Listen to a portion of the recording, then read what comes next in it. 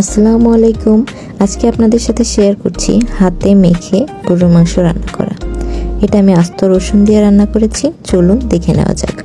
প্রথমে আমি লবঙ্গ, এলাচ, বড় এলাচ, স্টার আনিস, জিরা এবং তেজপাতা, দারুচিনি, গোলমরিচ নিয়ে নিয়েছি। এখানে তেজপাতাটা বাদ দিয়ে বাকি মশলাগুলো আমি তেলে গুঁড়ো করে নিয়েছি। গোটা জিরে ভেজে গুঁড়ো করে নিয়েছি।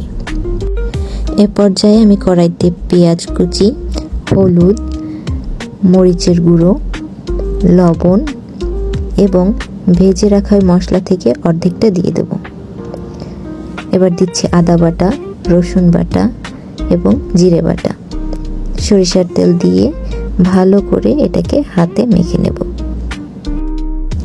এখনই খুব সুন্দর একটি গন্ধ বের হয়েছে। সরিষার তেল দিয়ে রান্না করলে রান্নার ঘ্রাণ এবং স্বাদ দুটোই দ্বিগুণ হয়ে যায়। এবারে দিয়ে দিচ্ছি গরুর মাংসগুলো, দিয়ে ভালো করে মেখে নেব।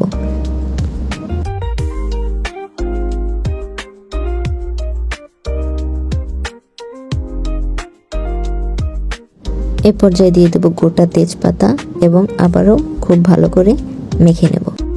চুলার আঁচ মিডিয়ামে রেখে ঢাকনা দিয়ে ঢেকে রাখবো ততক্ষণ পর্যন্ত যতক্ষণ না মাংসর পানি ছেড়ে দেয়। এরই ফাঁকে ফাঁকে কয়েকবার ঢাকনা উঠিয়ে নেড়ে চেড়ে দিতে হবে যাতে পাতিলের তলায় লেগে না যায়।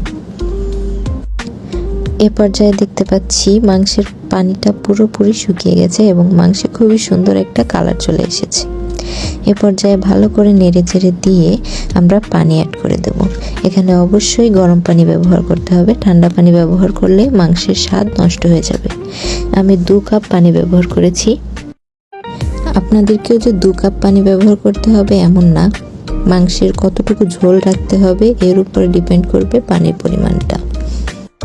ঝোলে বলক আসার পরে আমি দিয়ে দিলাম আলু। 3 থেকে 4টা বলক আসার পরে এবার আমি দিয়ে দেব বাকি যে মশলা গুঁড়ো করা ছিল সেটা। এবারে আমি এতে দিয়ে দিচ্ছি দেশি রসুন 8টা। অবশ্যই এখানে দেশি রসুনটাই ব্যবহার করতে হবে। নেড়ে চেড়ে দিয়ে ঢাকা দিয়ে আমি রেখে দেব ঝোল ঘন হয়ে আসা পর্যন্ত।